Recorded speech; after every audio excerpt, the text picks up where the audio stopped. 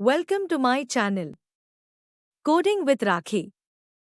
Before starting the video, for those who haven't subscribed, please subscribe first so this channel can grow. Let's go for today's topic. तो आज का topic है outlier detection and treatment in different types data like normal distributed skewed data and other distributions. First is normally distribution data. Today's topic is outlier detection and removal using Python. ये हमने देख चुके हैं, theoretically हम देख चुके हैं क्या इसकी इंपॉर्टेंस है, हमने क्या इसके लर्निंग ऑब्जेक्टिव्स होने चाहिए.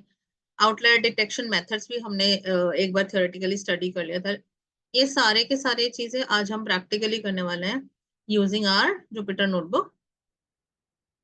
3 डिफरेंट मेथड बताए थे आउटलायर को ट्रीट करने के लिए: trimming, capping and discretisation. Trimming के अंदर क्या होता है, हम डेटा को ट्रिम कर देते हैं बट उसका जो डेटा होता है वो थिन हो जाता है. अगर डेटा कम है तो ये मेथड एप्लीकेबल बिल्कुल भी नहीं हो सकता. लेकिन अगर हाँ you have lakhs of data और आपके पास जो आउटलायर्स हैं वो कुछ 2-4 नंबर में है, 10 नंबर में है, you can use this method. Trim कर सकते हो वो आउटलायर्स जो कि आपके सिस्टम के अंदर आपके डेटा में पड़े हुए हैं, उनको आप ट्रिम करके निकाल दो. मतलब वो रोज निकाल सकते हो, कॉलम तो नहीं निकालेंगे क्योंकि कॉलम तो सारे कॉलम सारे के सारे जो रिकॉर्ड्स होंगे उसमें उसकी वैल्यू होगी. देख सकते हैं कॉलम भी अगर आपको लगता है कि वो यूजफुल नहीं है तो उसको ट्रिम कर सकते हैं. नेक्स्ट है कैपिंग. कैपिंग के लिए हमारे पास जो थी वो हम लिमिट सेट कर सकते हैं. लिमिट सेट करने के बाद हम जो भी एक लिमिट होगी लेफ्ट हैंड साइड और राइट हैंड साइड रेंज के लिए बताया था मैंने आपको, ये सब हम कर सकते हैं कैपिंग करने के लिए. डिस्क्रिटाइजेशन के अंदर हम बिनिंग करते हैं. और आउटलायर को डिटेक्ट करने के लिए हमारे पास 3 मेथड होते हैं क्योंकि 3 तरीके का डेटा हो सकता है. एक वो डेटा जो नॉर्मल डिस्ट्रीब्यूटेड हो. नॉर्मल डिस्ट्रीब्यूशन में जब हमारे को कर्व जो होगा वो नॉर्मली डिस्ट्रीब्यूटेड बेल शेप मिलेगा, प्रॉपर बेल शेप मिलेगा, तब ये मेरा जो डेटा होगा नॉर्मल डिस्ट्रीब्यूशन है. तो एक उसको ट्रीट करते हैं. स्क्यूड आपको पता है कैसे हम करते हैं. स्क्यूड के अंदर हमारा जो अभी भी जो हम प्रोजेक्ट कर रहे थे उसके अंदर भी हमारा जो डेटा है वो स्क्यूड डेटा है, इसलिए हमें उसको भी क्लीन करना है. और अगर इन दोनों के अलावा कोई और टाइप का डेटा है, time series data and all, तो उसके केस में हम फॉर अदर डिस्ट्रीब्यूशन के लिए भी हम अलग मेथड यूज करते हैं. तो नॉर्मल डिस्ट्रीब्यूशन के लिए जो मेथड होता है वो हमारा जेड स्कोर होता है. स्क्यूड के लिए हमारा इंटर क्वार्टाइल रेंज मेथड होता है. अदर डिस्ट्रीब्यूशन के लिए हम परसेंटाइल बेस्ड अप्रोच को यूज करते हैं. ये हम ऑलरेडी देख चुके हैं कैसे, वो हम देखना है, प्रैक्टिकली देखना है. तो ये स्टेप्स एक बार हम डिस्कस कर लेते हैं. For normalised distribution Z score treatment is been done. For skewed distribution IQR based filtering is done. And for other distribution percentile method has been used. For normal distribution जो Z score है उसमें हमें क्या क्या करना है. तो सबसे पहले हमारा, अगर हम पाइथन यूज करते हैं तो सबसे पहले हम एक एक नॉर्मल डिस्ट्रीब्यूशन करेंगे, इसके स्टेप्स देखेंगे, then we will do it practically. तो हमें पहले इंपोर्ट करनी होंगी सारी नेसेसरी लाइब्रेरीज. हमें अपने डेटा को लोड करना होगा. Then we have to plot all the distribution data. फिर उसके बाद हमें बाउंड्रीज फाउंड करनी होंगी. बाउंड्रीज फाइंड करने के बाद हमें आउटलायर निकालना होगा. फिर हमें ट्रिमिंग करनी होगी आउटलायर की या कैपिंग करनी होगी. देन आप नाउ अप्लाई द कैपिंग, मतलब हमने ट्रिमिंग करो या तो कैपिंग करो आउटलायर के ऊपर, या दोनों भी कर सकते हैं. हो सकता है ट्रिमिंग हमारा सक्सेसफुल नहीं हो रहा तो हम कैपिंग भी कर सकते हैं. Now we will apply the capping on the data. और कैपिंग अप्लाई करने के बाद फिर से हम डिस्क्राइब फंक्शन से इसको डिस्क्राइब करके देख सकते हैं कि ये हमारा आउटलायर तो नहीं है. सारे मेथड तो हम नहीं, मतलब प्लॉटिंग व्लॉटिंग तो दोबारा नहीं करते, बट हाँ अगर आप चाहें तो प्रैक्टिकली कर सकते हैं. So now we are coming on to the our outlier detection using Python. So ये हमारा 21 मई को हमने ये स्टार्ट किया था EDA. इसमें हमने ये सब कर लिया है. We understand all this thing.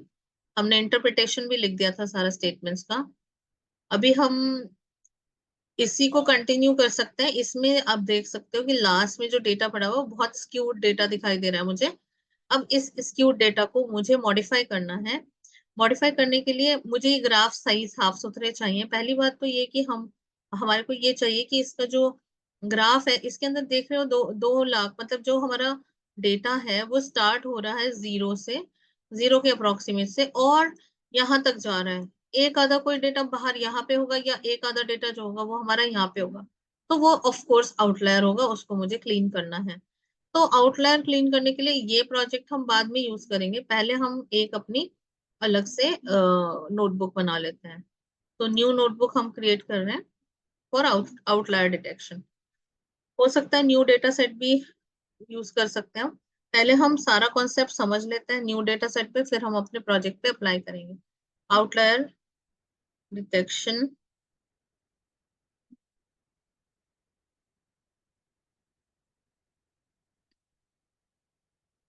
इसका हेडिंग भी डाल देते हैं।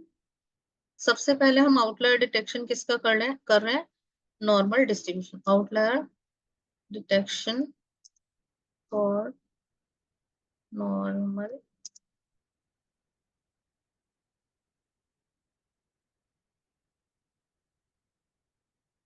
तो हम पहले इसको करके देखते हैं क्या करना है हमें इसमें।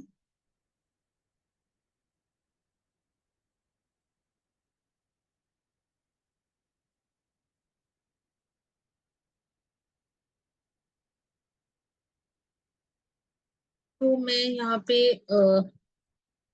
हेडिंग्स लिख देती हूँ, वो सारे कमेंट्स लिख देती हूँ। Step 1, step 2, step 3।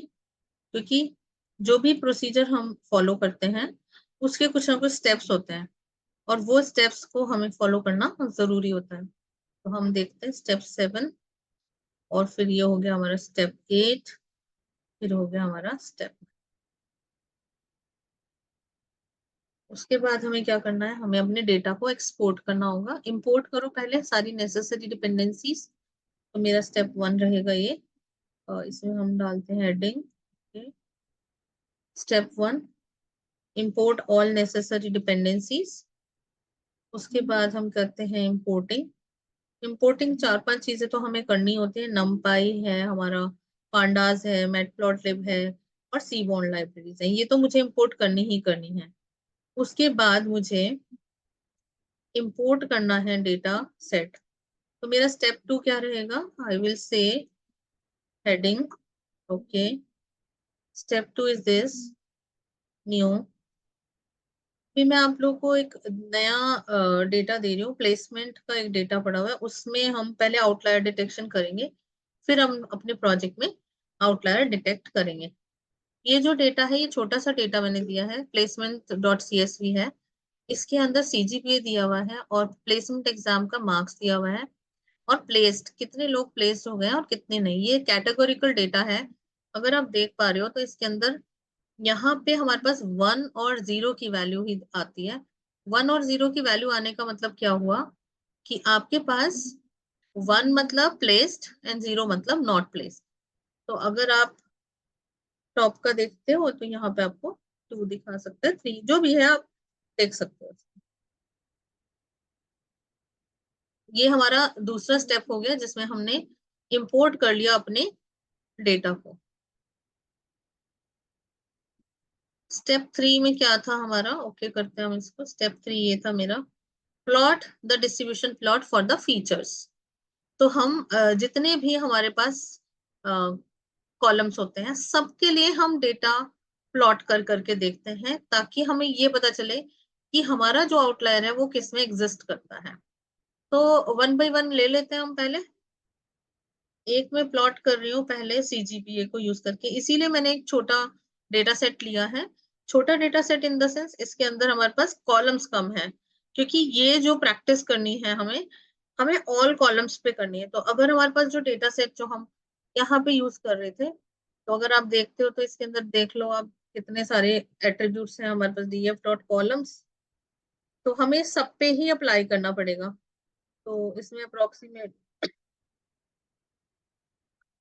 ये अभी रन करना पड़ेगा तब होगा, रन नहीं हो रहा है इसलिए। कॉलम्स, एक मिनट करके देखती हूँ। हाँ, डीएफ नॉट एग्जिस्ट, तो पहले इसको डीएफ को एग्जिस्ट कराना पड़ेगा।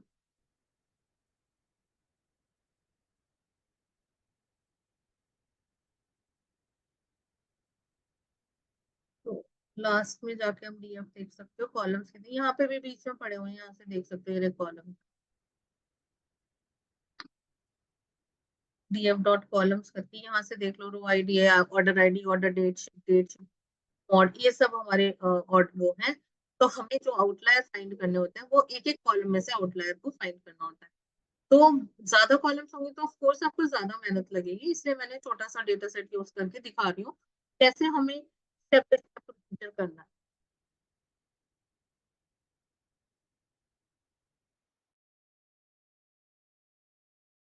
तो हम देख सकते हैं, पहले मैंने वार्निंग्स है, वार्निंग्स मैंने एक और लाइब्रेरी इंपोर्ट करी, इसका नाम है वार्निंग्स।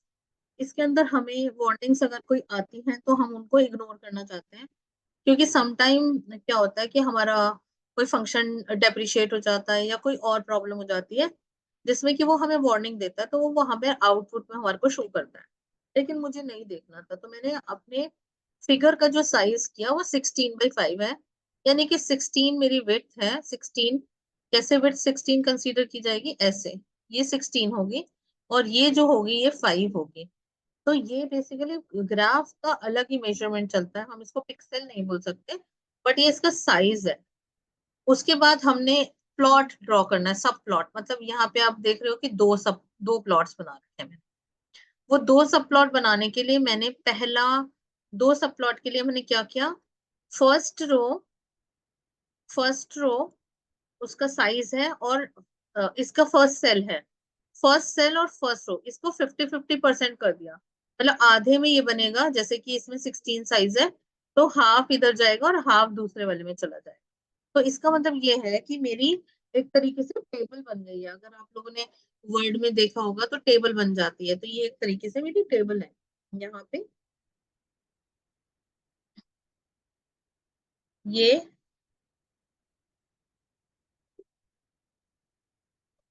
ये मेरी एक टेबल है जिसमें दो सेल्स हैं। ये है 1 2 1 और ये है 1 2 2। तो 1 2 1 में मुझे क्या प्लॉट करना है, इस प्लॉट करना है सीजीपीए के ऊपर। तो यहाँ पे इसने सीजीपीए प्लॉट करके दिखा दिया। आप अपने पास जो डेटा होता है उसके अकॉर्डिंग आप देख सकते हो कि हमें क्या करना है। ये दोनों सीजीपीए और प्लेसमेंट एग्जाम जो है वो न्यूमेरिक डेटा है, तो you can plot this into one cell. लेकिन समटाइम यू विल फाइंड कि डेटा के अंदर हमारे पास कैटेगोरिकल डेटा होता है। तो कैटेगोरिकल डेटा में कभी भी हम डायरेक्ट इसके ऊपर नहीं करते, हमें वैल्यू काउंट के ऊपर बनाना पड़ता है। तो इसलिए जो कैटेगोरिकल डेटा होते हैं उनके सब प्लॉट अलग बना लो। ये सब प्लॉट बहुत सारे भी बना सकते हो, 1 2 1 के आपने, आप सेकेंड रो भी बना सकते हो, 2 1 2 2 ऐसे करके भी बना सकते हो। मतलब बहुत सारे अभी दिखाऊंगी मैं, और भी मेथड्स हैं इसमें, बहुत सारे प्लॉट्स भी एक साथ सब प्लॉट्स ड्रॉ किए जा सकते हैं, ताकि आपको एक पूरा का पूरा प्रैक्टिकली सारा डैशबोर्ड टाइप का दिखाई देगा और उसके बाद आप सेलेक्ट कर पाओगे। तो एक के अंदर फर्स्ट सेल के अंदर हमने प्लॉट डिफाइन किया सीजीपीए पे, और सेकंड के अंदर हमने प्लॉट डिफाइन किया प्लेसमेंट मार्क्स के ऊपर। तो हम देख पा रहे हैं कि जो सीजीपीए है वो तो नॉर्मली डिस्ट्रीब्यूटेड दिख रही है। ये बिल्कुल ही नॉर्मल डिस्ट्रीब्यूटेड है, यहाँ पे बिल्कुल बेल शेप आपको डायग्राम दिखाई दे रहा है। लेकिन ये थोड़ा सा स्क्यूड दिखाई दे रहा है। ये क्यों स्क्यूड दिखाई दे रहा है, एक तो डेटा इधर की साइड पे ज्यादा है, राइट हैंड साइड पे, लेफ्ट हैंड साइड पे कम है। लेफ्ट हैंड साइड पे जो डेटा है वो नॉर्मली डिस्ट्रीब्यूटेड दिखाई दे रहा है, लेकिन राइट हैंड साइड पे जो डेटा है वो थोड़ा स्क्यूड दिखाई दे रहा है। तो ये मुझे पता है कि कहीं ना कहीं ये आउटलायर है। ये देख रहे हो, ये मेरा आउटलायर है। किसमें मुझे आउटलायर दिख रहा है, प्लेसमेंट एग्जाम मार्क्स के अंदर। तो ये हमें देखना पड़ेगा कि क्या इसके अंदर सीन है, क्या कैसे हम इसको रिमूव करेंगे। तो ये हमारा हो गया प्लॉटिंग करना। पहला प्लॉट हमने बना दिया। उसके बाद हमें क्या करना है,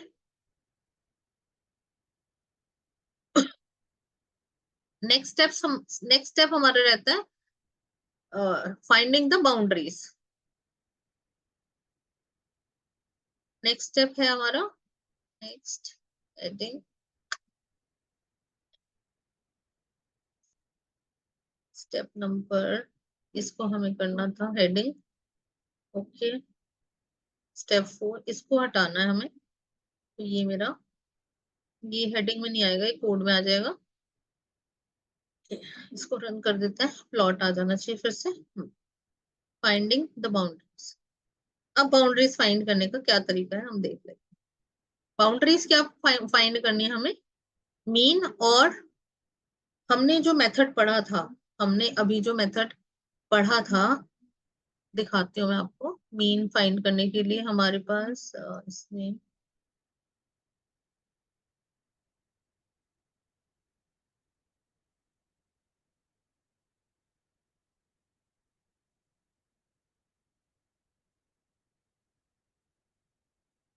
फॉर नॉर्मल डिस्ट्रीब्यूशन डेटा,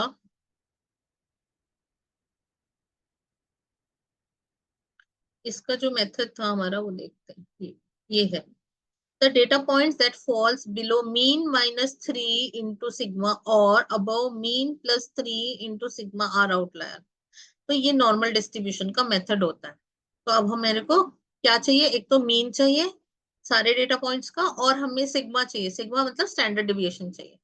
तो अगर हमारे पास ये मिल जाता है तो हम इसका आउटलायर्स निकाल सकते हैं।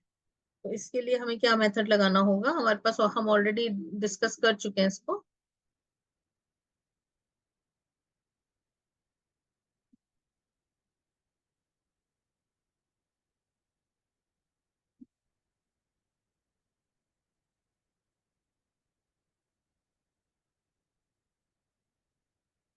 तो पहले तो हम बाउंड्रीज फाइंड करने की कोशिश करते हैं यूजिंग डिस्क्राइब।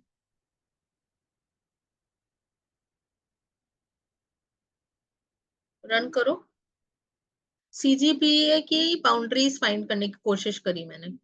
तो मीन ये है हमारा, स्टैंडर्ड डेविएशन ये है, फिर मिनिमम वैल्यू ये है मेरी, ओके, और मैक्सिमम वैल्यू ये है। तो हम देख पा रहे हैं कि मैक्सिमम जो डेटा है वो इसी के अंदर लाई कर रहा है। तो ये देख सकते हो आप, ये ग्राफ जो है वो मुझे बहुत अच्छे से बेल शेप दिखाई दे रहा है। ठीक है, फिर भी हम बाउंड्रीज फाइंड करके देख लेते हैं लॉजिकली।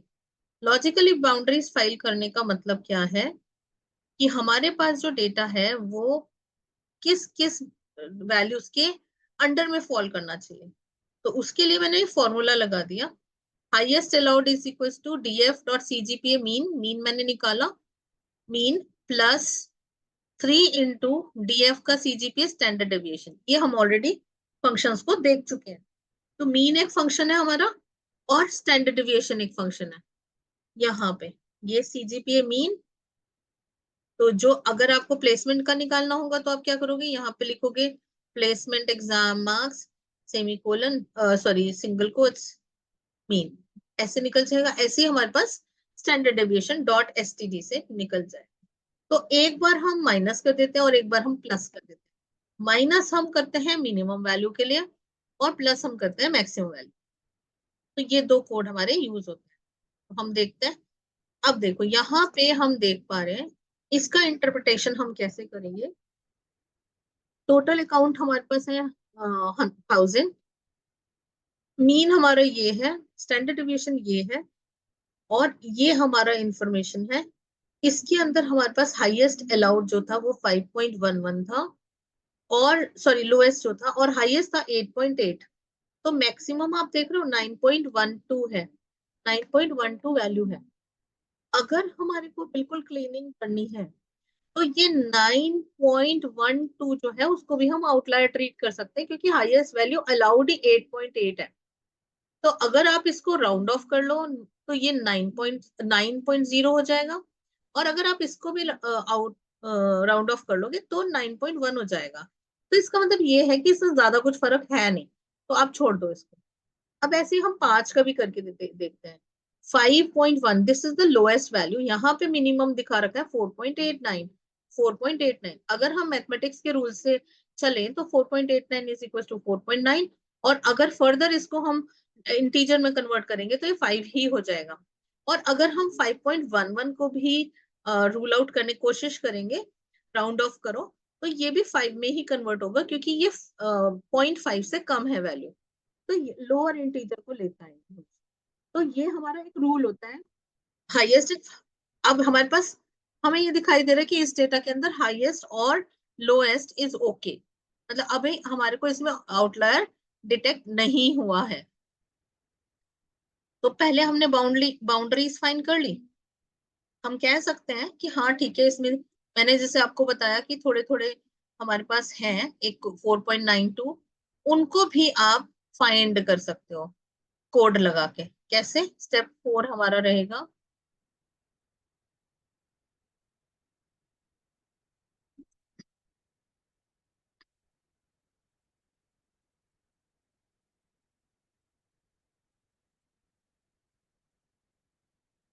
ये मैंने लगाया डीएफ। डीएफ में CGP is greater then 8.80, because यहाँ पे मेरा ये आउटलायर आ रहा था। और और ये और सिंबल है, या फिर 5.11 जो कि मेरा लोएस्ट वैल्यू है, उससे नीचे अगर है तो वो सारे रिकॉर्ड मुझे डिस्प्ले करा। आ गए आपके पास ये records total.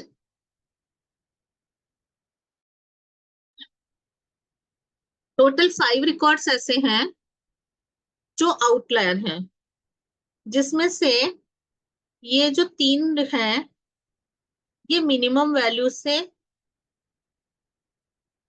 Less than minimum है, और ये जो 2 हैं ये मोर देन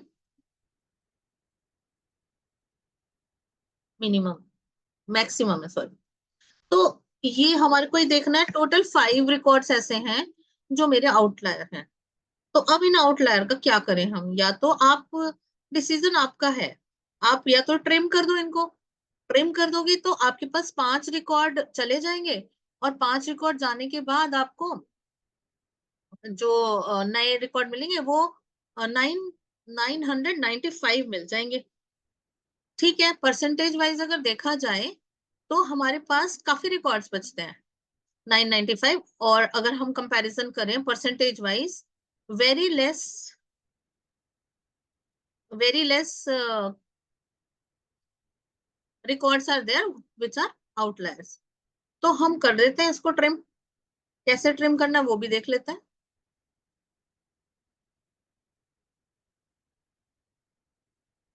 ट्रिमिंग के लिए कोई खास कॉन्सेप्ट तो होता नहीं है इसे। तो हम क्या करते हैं, हम जो हमारे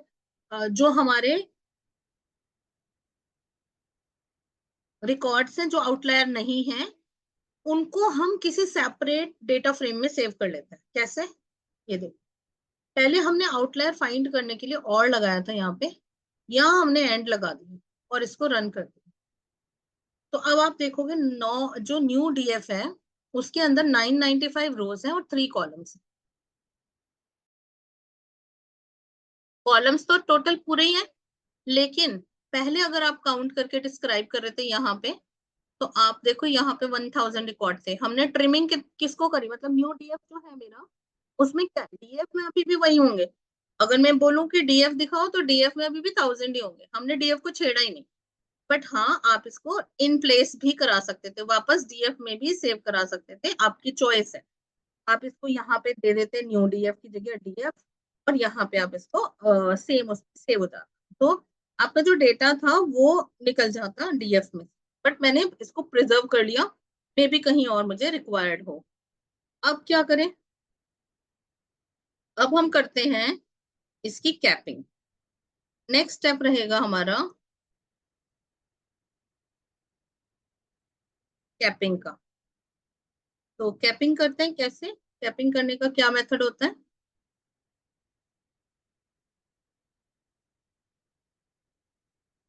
ये होता है अपर लिमिट उठाओ, सेम फॉर्मूला है, सेम। अपर लिमिट अलग से कैलकुलेट कर लियो और लोअर लिमिट अलग से। प्रिंट अपर अंडरस्कोर लिमिट,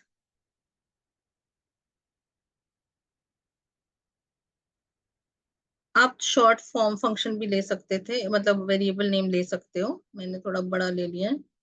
यहाँ पे सिंगल कोट्स, यहाँ पे भी सिंगल कोट्स।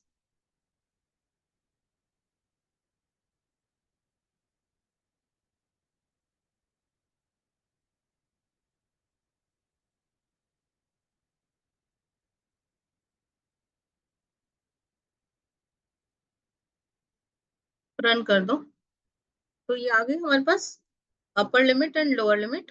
अब क्या करेंगे?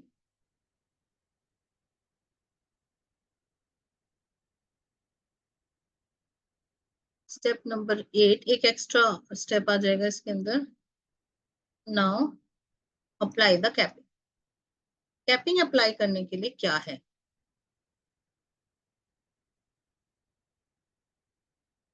मैंने दो मेथड बताए हैं आपको। ट्रिमिंग, एक तो ट्रिमिंग है जिससे कि हमारा न्यू डीएफ के अंदर 995 रिकॉर्ड होगा। दूसरा मेथड ही हम कैपिंग भी करके लगा सकते हैं। नाउ अप्लाइंग द कैपिंग कैसे करा हमने? जो सीजीपीए है उसके अंदर हमें क्या डालना है? Np dot where df CGPA is greater than upper limit comma upper limit np dot where CGPA less than lower limit otherwise तो सिंपल। क्या मतलब हुआ इसका? समझ लेते हैं। ये हमारा एक टर्नरी ऑपरेटर होता है, हर प्रोग्रामिंग लैंग्वेज में आप पढ़ते हो, और उसका मतलब होता है क्वेश्चन मार्क एंड कोलन। अगर आपने C++ जावा पढ़ी हुई है तो इसके अंदर ये कुछ ऐसे लगाया जाता है इफ कंडीशन की जगह। ठीक है, कैसे लगता है ये? A is greater than B question mark true value colon false value. ये हमारी जो वैल्यू होगी ये यहाँ पे कोई वेरिएबल होगा उसके अंदर सेव हो जाएगी। इस कंडीशन को देखो, अगर a is greater than b है, इफ इट इज ट्रू तो this t will be store in x। अगर ये फॉल्स है तो ये फॉल्स जो होगा वो f वैल्यू जो होगी वो x में सेव हो जाएगी। तो यहाँ पे हमें उसका समझने का क्या मतलब था। अब इसको नेस्ट करते हैं। अब अगर देखो हमारे पास है टू नंबर्स का बिगेस्ट है, टू नंबर्स का बिगेस्ट a इक्वल्स टू 10 और b इक्वल्स टू 20। ये हमारे पास क्वेश्चन मार्क और कोलन वाला जो कॉन्सेप्ट है ये पाइथन में अवेलेबल नहीं है, तो उसकी जगह कुछ और है। Print a is bigger colon print b is bigger. अगर आपके पास ये क्वेश्चन है इन जावा एंड वो जो भी सिंटेक्स आप लगा लेना, जावा C++ जो भी है, तो ये दो नंबर्स के लिए हो गया। अगर ये ट्रू है तो ये वाला एग्जीक्यूट होगा, क्वेश्चन मार्क के बाद वाला जो भी स्टेटमेंट लिखा होगा, 1 2 4 जितने भी हैं। और अगर फॉल्स होता है तो कोलन के बाद वाला जो स्टेटमेंट है वो फॉलो। यहाँ पे हम फंक्शन कॉल भी कराते हैं समवन कि सम टाइम फंक्शन 1 को कॉल करा लो, अगर फॉल्स है तो फंक्शन 2 को कॉल करा लो, ऐसे भी करते।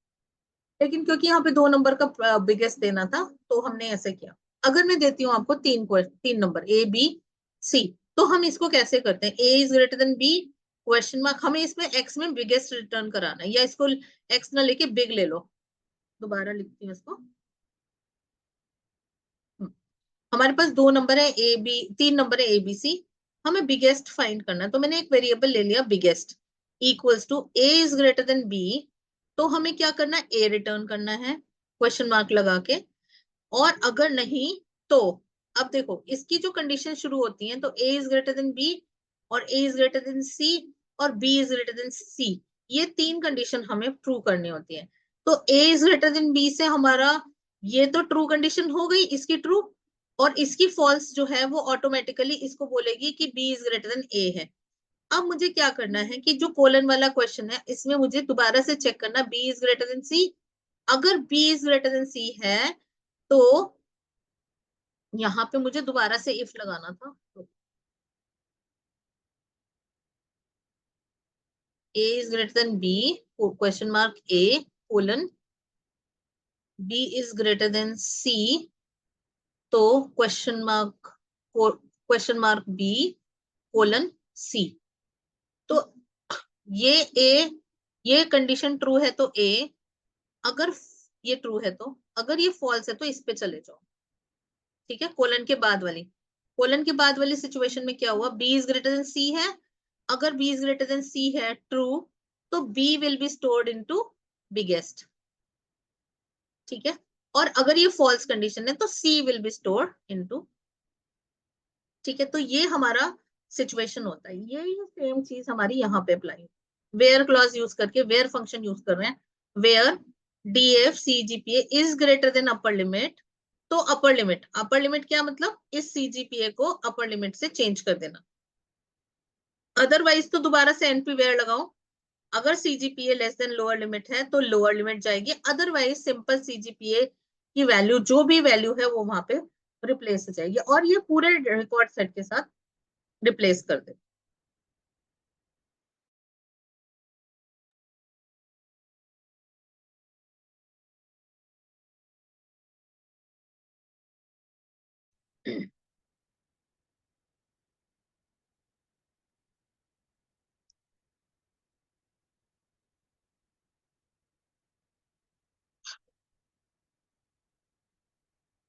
टोटल 1000 रिकॉर्ड ही हैं, लेकिन अब अगर हमने यहां से हमने फाइंड किया था ना, इसी कमांड को अब दोबारा रन करके देख लो।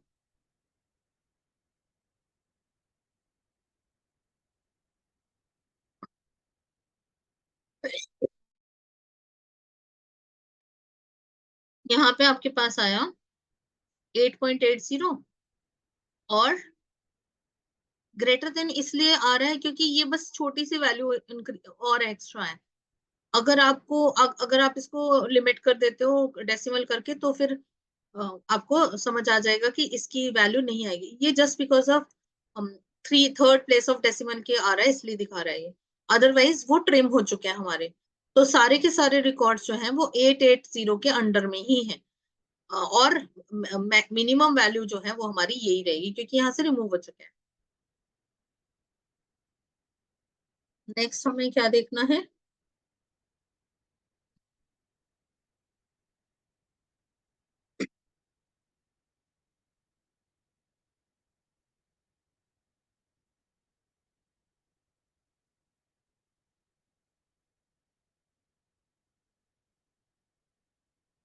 नाउ लास्ट स्टेप जो होता है वो हमारा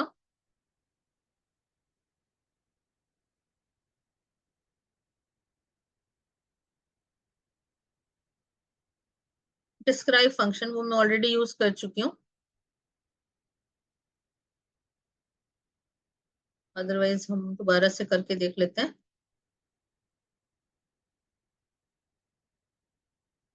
डिस्क्राइब ने भी हमें बताया था, देखो अब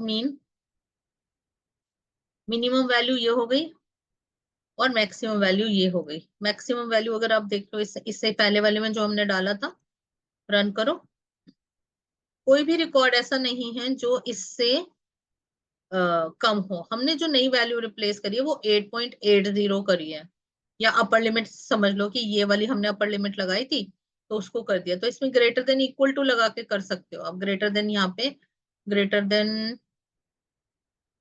880 इसको देनी पड़ेगी पूरी अपर लिमिट। इसकी बजाय ना यहाँ पे आप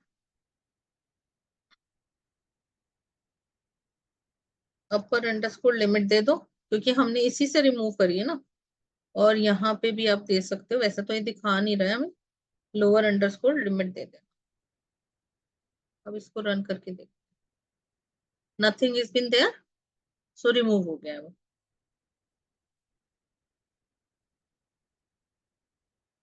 Yeah, the outlier detection in normally distributed data. Now let's start with skewed data.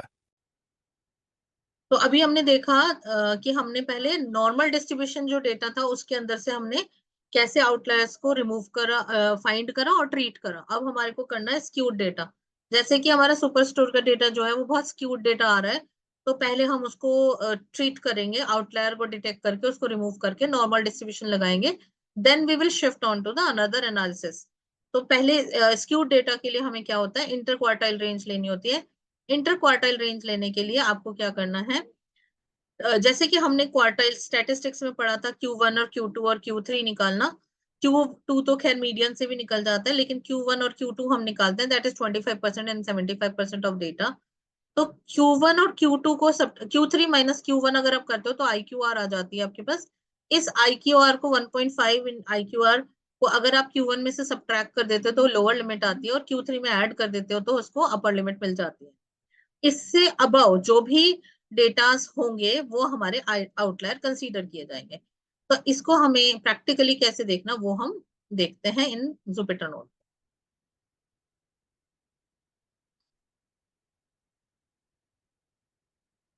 तो हमारे को क्या ट्रीटमेंट करना है? Outlier detection and treatment in skewed data, ये हमारा टॉपिक है अब नेक्स्ट। अब हमें क्या करना है वो हम देख लेते हैं। इसके कुछ स्टेप्स थे जो हमने पीपीटी में देखे थे, वो अब हम यहाँ पे लिख देते हैं और स्टेप बाय स्टेप प्रोसीजर कर लेते हैं। तो स्टेप 1, 2, 3, 4, 5,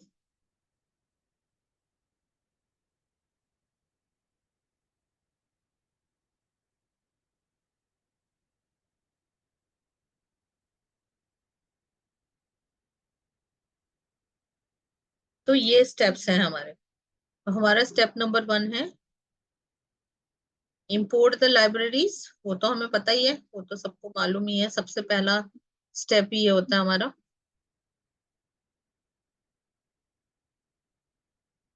इंपोर्ट लाइब्रेरी सेम है।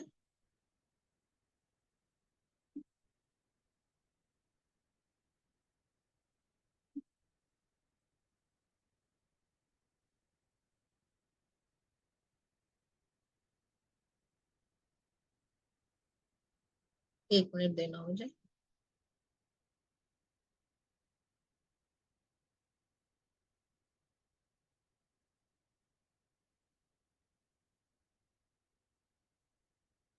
इंपोर्टिंग कर रहे हो, रन कर दो। सेम है जो उसमें भी किया था हमने, सेम डेटा सेट में लेके चल रही हूँ।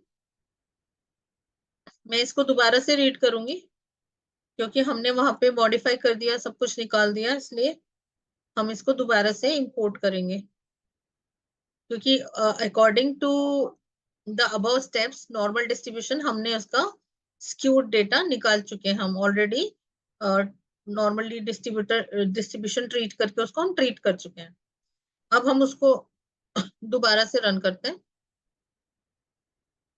अब हमारे को फिर से वही सेम चीज है, प्लॉट करके ही हमें पता चलता है क्योंकि कि हमारा जो डिस्ट्रीब्यूशन है वो नॉर्मल है कि नहीं। तो हम देख लेते हैं।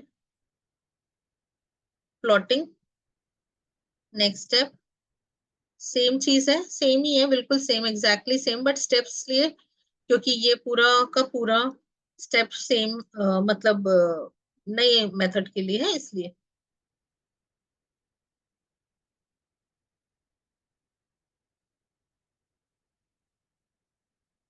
तो अब जो हमने ये सब प्लॉट्स डिफाइन किए थे, हमने पहले भी डिस्कस किया है कि जो हमारा सीजीपीए है वो पहला वाला ग्राफ है।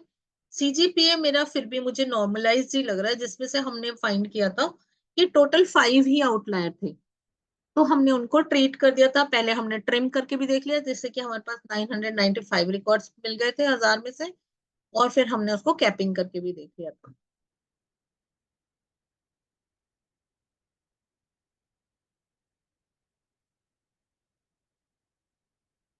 अब हमें क्या करना है? अब हम देख पा रहे हैं कि हमारा जो प्लेसमेंट सेल है, प्लेसमेंट एग्जाम मार्क्स, वो स्क्यूड है। तो हम स्टेप 4 अप्लाई करेंगे। किसके ऊपर अप्लाई करेंगे? प्लेसमेंट एग्जाम डेटा पे, क्योंकि वही स्क्यूड लग रहा है हमें। बाकी तो हमारा ठीक लग रहा है हमें। तो हम एक बार स्क्यूड डेटा को फिर से बॉक्स प्लॉट भी बना के देख लेते हैं। स्क्यूड तो दिख ही रहा है यहाँ पे। बॉक्स प्लॉट बनाने के लिए एसएनएस बॉक्स प्लॉट यूज करो। ये आ गया। तो ये देखो हम कैसे बॉक्स प्लॉट को इंटरप्रेट करते हैं। यहाँ पे ये जो डॉट्स दिखाई देते हैं ये आउटलायर्स होते हैं, ठीक है। अपर लिमिट पे ज्यादा आउटलायर्स दिखाई दे रहे हैं मुझे। 80% जो डेटा है वो मेरा यहाँ तक है और 20% इधर रह गया। मतलब 20% मतलब वैल्यू के अकॉर्डिंग 20%। तो आउटलायर तो 5 ही है जो हमने देखे थे, लेकिन ये आउटलायर है। अगर मैं इनको रिमूव कर देती हूँ तो मेरा बॉक्स प्लॉट ऐसे बन जाएगा, मीन्स बढ़िया वाला बन जाएगा, जो कि बैलेंस्ड दिखाई देगा। ये आपका 25% दिखाएगा, ये आपका 75% दिखाएगा, ये आपका 50% दिखाएगा, ये आपका मैक्स वैल्यू होगी और ये आपकी मिन वैल्यू होगी, ठीक है।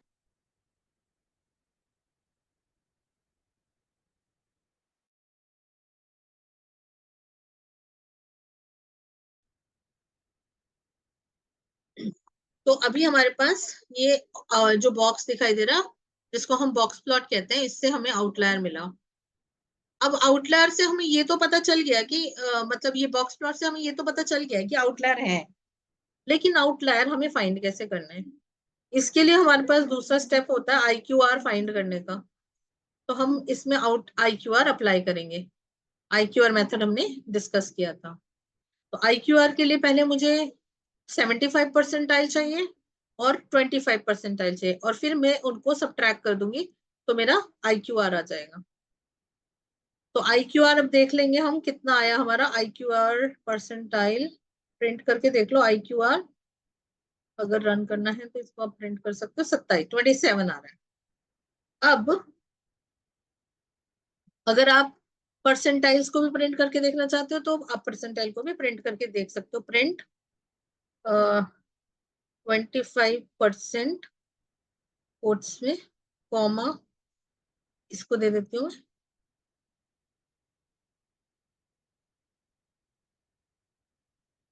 प्रिंट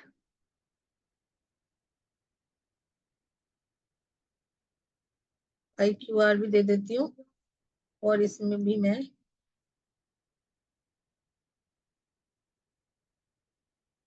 75% इसको रन। तो 25% जो है वो 17 तक की वैल्यू है। 17 तक की वैल्यू दिखा रहा है आपको। 75% अगर आप देख रहे हो तो यहाँ पे 44 तक की वैल्यू दिखा रहा है। ये देखो यहाँ पे ग्राफ में भी प्लॉट करके दिया हुआ, तो ये 44 तक का होगा, ये 17 तक का होगा। उसके बाद आपको क्या देखना है, मतलब हमारा डेटा स्क्यूड है ये हमें पता चल रहा है। IQR हमने इन दोनों का डिफरेंस निकाला है। सिंपल सा लॉजिक। अब हमें क्या करना है, हमें नेक्स्ट स्टेप फॉलो करना है। अब हमें अपर लिमिट और लोअर लिमिट निकालनी है। अपर लिमिट हमने कैसे निकाली थी, देखा था हमने अभी PPT के अंदर। IQR को यूज करके हमने अपर लिमिट निकाली थी। तो IQR हमारा ऑलरेडी निकल चुका है, तो हम अपर लिमिट और लोअर लिमिट निकाल लेते हैं यूजिंग द IQR। तो ये हमने दिया परसेंटाइल 75 प्लस 1.5 इंटू IQR, और लोअर लिमिट हमारी 25 में से माइनस करने के बाद है। तो ये आ गया मेरा अपर लिमिट इज 84.5 और लोअर लिमिट इज 0.32 माइनस 23.5 23.5। अब हमारे को ये हमारे पास आ गया। तो नेक्स्ट स्टेप हमारा क्या रहेगा, हमें आउटलायर फाइंड करने हैं। ये तो हमने लिमिट्स निकाली है, ये हमने कैपिंग के लिए भी सोच सकते हो आप, लिमिट निकाल ली। अब इनको हमें फाइंड करना है। तो हम क्या करते हैं, हमारे पास outlier above the upper limit कितने हैं, वो प्लेसमेंट मार्क्स के साथ हमने ग्रेटर देन साइन लगा के अपर लिमिट लगा लिया और लोअर लिमिट भी लगा दी। तो ये सारे डेटा मुझे इसने दिए हैं आउटलायर्स, जो कि हमारी जो अपर लिमिट है, अपर लिमिट हमारी थी 84.5, उससे ज्यादा है, और लोअर लिमिट से कम है। सारे अपर लिमिट से ज्यादा है, लोअर लिमिट से कुछ कम है ही नहीं। ये सारे मेरे आउटलायर्स हैं जो कि अपर लिमिट से अबव पड़े हुए हैं। तो अब क्या करें, हमारे पास अपर लिमिट से अबव तो हमारे पास रिकॉर्ड आ गए। तो एक मेथड होता है कि हम इसको ट्रिम कर दें, ये हमने पहले भी देखा था, तो हम इसमें भी कर सकते हैं। तो ट्रिमिंग कैसे लगाएंगे, वैसे ही सेम लॉजिक है जो हमने पहले लगाया था। और ट्रिमिंग के लिए सिंपल सा कॉन्सेप्ट होता, मैं एक नया डेटा फ्रेम बनाऊंगी। सेम डेटा फ्रेम में मैं ट्रिमिंग नहीं करूंगी, क्योंकि मेरे को कैपिंग भी सिखानी है। तो जो 15 रिकॉर्ड जो कि यहाँ पे आपको डिस्प्ले कर रहे थे, ये 15 रिकॉर्ड्स थे। ये 15 रिकॉर्ड जो थे आपके ट्रिम हो गए। तो आपके पास टोटल डेटा सेट जो बचा वो ये बचा। तो ये आपका ओल्ड डेटा सेट था। अगर आप लिख के देखना चाहते हो तो यहाँ पे आप देख सकते हो, इसको बोलो न्यू डेटा फ्रेम। इसका आप मैसेज दे दो और इसी को आप कॉपी कर लो, चाहे प्रिंट, क्योंकि हम यूज कर रहे हैं तो हम कर सकते हैं ये फॉर्मेटेड आउटपुट देने के लिए। Ctrl+C, और इसको आप यहाँ पे दे दो Ctrl+V, और यहाँ पे अब हम करते हैं outlier detection and treatment for other than normal distributed and skewed data. Trimming of outlier हम देख सकते हैं कैसे कर रहे हैं। हमने नया डेटा फ्रेम बनाया, ये मैंने न्यू डेटा फ्रेम को रन कर दिया और प्रिंट कर दिया new data frame dot shape, और दूसरे वाली की हमने दे दी DF डॉट शेप। तो इसके अंदर कॉलम तो 3 ही है, क्योंकि हमने कॉलम को कोई ट्रिम नहीं किया। हमने क्या रो को ट्रिम किया है, रो को जहां पे अपर लिमिट जो है, अपर लिमिट से लेस देन जो होगा वो न्यू डेटा फ्रेम में चला जाएगा, लेकिन उससे ऊपर वाला नहीं जाएगा। तो ये हमारा कॉन्सेप्ट हुआ था कि हमने इसको आउटलायर को ट्रिम कर दिया, ट्रिमिंग। ठीक है, अब हम देखते हैं कि हमारे पास ये हम कंपैरिजन करके देखते हैं कि जब हमने ट्रिमिंग कर दी तो क्या कुछ फर्क पड़ा हमारे डेटा पे या हमारे चार्ट के ऊपर। तो हम कंपैरिजन स्टडी कर लेते हैं एक बार। कंपैरिजन स्टडी करने के लिए मैं फिर से सब प्लॉट को बनाऊं, क्योंकि देखो अब मेरे पास दो डेटा फ्रेम्स हैं। एक डेटा फ्रेम है जो कि न्यू डेटा फ्रेम है, और एक ओल्ड डेटा फ्रेम है। तो मैंने दो सब प्लॉट बनाए। तो हमने कहा सेकेंड रो और सेकेंड कॉलम, और फर्स्ट उसका वैल्यू है, मतलब 2x2 का मैट्रिक्स बन रहा है। उसमें पहला ये डालना है, दूसरा ये डालना है, तीसरा ये डालना है, चौथा ये 2x2 का मैट्रिक्स बनाएगा। देखते हैं क्या बनाता है। ये इसने चार चार मैट्रिक्स बना दिए। तो अब हम देख सकते हैं प्लेसमेंट मार्क्स जो हमने डीएफ पे बनाया था, सबसे पहले मेरा डीएफ था। तो पहला प्लॉट मतलब देखो, जो 2 and 2 है वो आपको रो एंड कॉलम का टोटल बताएगा कि कितने रोज एंड कितने कॉलम्स आपको बनाने हैं। तो मेरे को 2x2 का मैट्रिक्स बनाना है। तो यहाँ मैंने दे दिया 2,2, और इसका फर्स्ट वैल्यू जो होगा वो ये वाला सेल होता है, फिर ये सेकंड होता है, ये इसका फिर समझ लो ये थर्ड पॉइंट हो गया, और ये फोर्थ पॉइंट हो गया। तो फर्स्ट पॉइंट में मैंने क्या बनाया, डीएफ प्लेसमेंट मार्क्स। तो ये जो प्लॉट है ये वो प्लॉट है जो ऑलरेडी बन रहा था, उसी का मैंने बॉक्स प्लॉट बना दिया। तो ये मेरे को दो वो हैं जो कि ओल्ड डेटा, जो ट्रिमिंग से के पहले का डीएफ था, डेटा फ्रेम था, उस पे बनाया। उसके बाद हमने जब ट्रिम कर दिया था डेटा को, तो हमने वो न्यू डेटा फ्रेम में उठाया था। तो न्यू डेटा फ्रेम में भी मैंने दोनों प्लेस करा लिए, एक तो मेरा ग्राफ और एक मेरा आउटलायर, बॉक्स प्लॉट जिसको बोलते हैं। अब आप देख सकते हो कि यहाँ पे और इसमें कितना डिफरेंस दिखाई दे रहा है आपको। तो अभी मेरा डेटा जो है फिर भी थोड़ा सा सही हो गया है, क्योंकि मेरा ये 80 के बाद वाला डेटा कहीं दिखाई नहीं रहा, यहाँ पे खत्म हो गया। ये 100 के बाद भी डेटा जा रहा था। ये आउटलायर मेरे खत्म हो गए, क्योंकि 100 तक के डेटा का आउटलायर था। बट मैंने यहाँ पे इसको आउटलायर को निकाल दिया, और यहाँ पे सिर्फ एक ही आउटलायर बच गया, जबकि यहाँ पे 15 थे। अभी इसमें एक और बचा हुआ है, तो आप उसको भी डिलीट कर सकते हो, कोई ऐसी बड़ी बात नहीं है। ये तब है जब आप ट्रिमिंग कर रहे हो। ठीक है, ऐसे ही हम इसको कैपिंग भी कर सकते हैं। लेट वी सी कि कैपिंग हमें कैसे करनी है।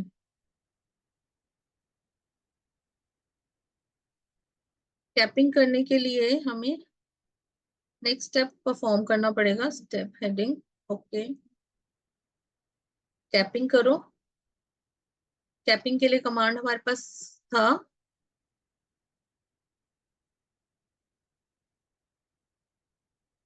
इसके अंदर मैं कॉपी बना रही हूँ एक। जो मैंने डीएफ था उसका मैंने कैपिंग के लिए अलग से एक नया डेटा फ्रेम बना लिया है, और उसमें कैपिंग लगा दी हमने। कैपिंग कैसे लगाई, new data frame cap placement exam marks equals to np dot where np new DF cap placement marks is greater than upper limit, comma, same है, सेम चीज है। बस हमने अभी क्या यूज किया, हमने प्लेसमेंट मार्क्स को यूज किया, जैसे हमने पहले किया था वैसे कैपिंग कर रहे हैं। लेकिन अब अपर लिमिट किससे कैलकुलेट होके आ रही है, अभी अपर लिमिट हमारी IQR से कैलकुलेट हो रही है, और उससे पहले वाले मेथड के अंदर अपर लिमिट हमारी मीन और स्टैंडर्ड डेविएशन से बन रही थी। तो अब हम एक बार फिर से इसको देखते हैं डिफरेंस। हमारा न्यू डेटा फ्रेम बन गया है, और अब हमारे पास ओल्ड भी है। इन दोनों को हम कंपैरिजन कर लेते हैं। कंपैरिजन करने के लिए फिर से हम ये प्लॉट करेंगे। प्लॉट करने के लिए फिर से हमें क्या करना होगा, वही सेम दो स्टेप्स तो सेम ही रहेंगे हमारे, बट अब हमारे पास डेटा थोड़ा सा चेंज हो गया है, तो वो कैप वाला डेटा डाल दूंगी मैं। डेटा फ्रेम का नाम हो गया न्यू डीएफ अंडरस्कोर कैप, बस, और कुछ नहीं है, बाकी सब सेम। अब हम देख सकते हैं कि हमारा डेटा और थोड़ा नॉर्मलाइज हो गया। इसमें जो वन डेटा हमारे को दिखाई दे रहा था वो भी खत्म हो गया। ये जो डेटा वन दिखाई दे रहा था ना, एक डेटा पॉइंट दिखाई दे रहा था, वो भी हमारा रिमूव हो चुका है। मींस अब मेरा जो डेटा है वो फुल्ली आउटलायर प्रूफ हो गया है, मतलब अब मेरे इसमें आउटलायर्स नहीं है। तो अब अगर हमारे पास आउटलायर नहीं है तो हम फर्दर इसके लिए जा सकते हैं। लेकिन अभी हमें फर्दर नहीं जाना, हमारे को तीसरा एक मेथड और डिस्कस करना है। वो मेथड क्या है, जब हमारे पास ना तो नॉर्मल डिस्ट्रीब्यूशन डेटा है, ना ही मेरे पास स्क्यूड डेटा है, कुछ स्कैटर्ड सा डेटा है। तो उसके लिए मुझे क्या स्टेप परफॉर्म करने हैं वो हम करेंगे। ऑलमोस्ट सेम होता है, थोड़ा बहुत फर्क होता है, जो फॉर्मूला का फर्क है बस। बाकी ये सारे स्टेप्स ऑलमोस्ट सेम हैं, आप इजीली उनको याद कर पाओगे। लेकिन जब आप प्रैक्टिस करते हैं, मेनी टाइम्स प्रैक्टिस करोगे तभी ये याद रह पाता है, अदरवाइज याद नहीं रहेंगे। थोड़ा सा कॉम्प्लिकेटेड, और ये सब चीजें हमें जरूर चाहिए मशीन लर्निंग पे पहुंचने से पहले। ऑफ कोर्स डेटा एनालिसिस का मीनिंग ही ये है। तो हमें मेथड करना है परसेंटाइल मेथड। तो हम न्यू स्लाइड में जाएंगे और इसको हेडिंग बनाते हैं, ओके करेंगे, कंट्रोल वी करेंगे। क्योंकि मैंने ये ऑलरेडी लिख के रखे हुए हैं कोड, इसलिए मैं टाइप कर दे रही हूँ, अदरवाइज तो वीडियो बहुत ज्यादा लंबी हो जाती और आप लोगों के लिए भी बड़ी मुश्किल होती है इसको पढ़ने के लिए। डेटा सेट में सेम यूज कर रही हूँ, यही सेम मेथड हमें अपने जो ईडीए का हमने टॉपिक लिया हुआ है, हमें उसके ऊपर अप्लाई करने हैं सारे, ताकि हमारा जो डेटा है वो स्क्यूड डेटा हट जाए और हमें क्लीन डेटा मिले। तो ये मैं आपको बता रही हूँ। यहाँ पे मैं सैंपल फंक्शन, ये मैंने एक और फंक्शन लिया है इसके लिए, नोटबुक ली है, ये नोटबुक्स में शेयर कर दूंगी, weight and height dot CSV, जिसके अंदर हमारे पास जेंडर है, हाइट एंड वेट है। तो इसके अंदर मैं ये अप्लाई कर रही हूँ, क्योंकि ये ना तो नॉर्मलाइज डेटा है, ना ही स्क्यूड डेटा आएगा इसके लिए, इसलिए मैंने ये यूज किया। तो हम देखते हैं, हाइट फीचर को चेक करते हैं पहले।